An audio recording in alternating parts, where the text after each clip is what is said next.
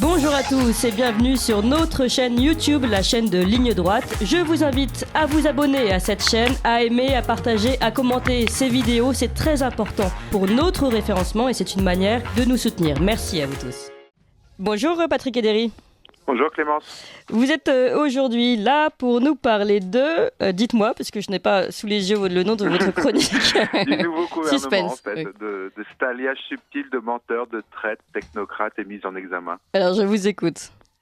Alors dans un premier temps, j'avais l'intention de faire un portrait de notre nouvel Premier ministre.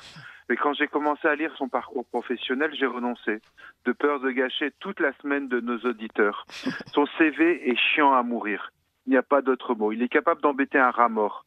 Pour faire vite, on pourrait dire que pendant toute sa carrière, on lui a refilé tous les dossiers tellement ennuyeux que même McKinsey n'en voulait pas.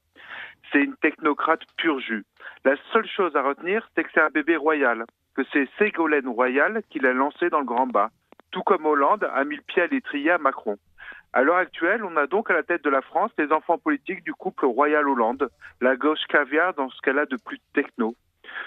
Mais en même temps, Macron a réussi l'exploit, après Mitterrand, qui avait réussi l'union de la gauche, de faire l'union du progressisme de l'extrême gauche aux républicains.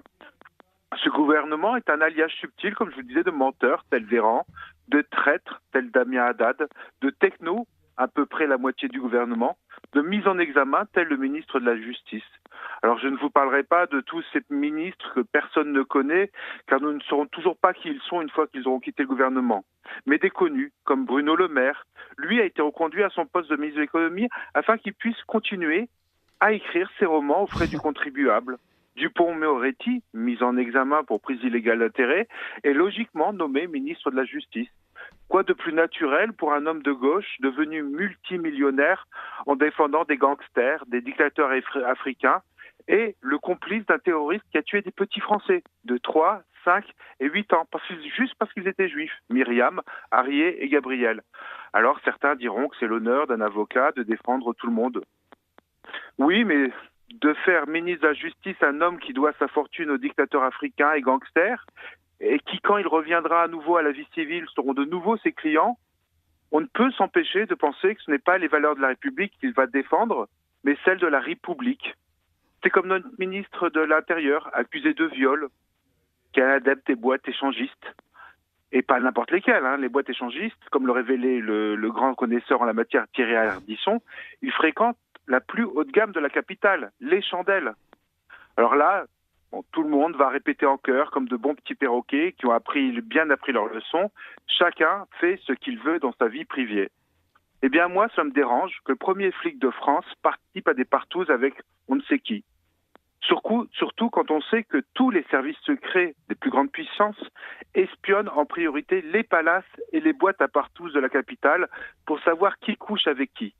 Imaginez que les Saoudiens aient une vidéo de Darmanin en train de se faire pénétrer par le roi du Maroc alors qu'il fait une gâterie au dealer numéro 1 français.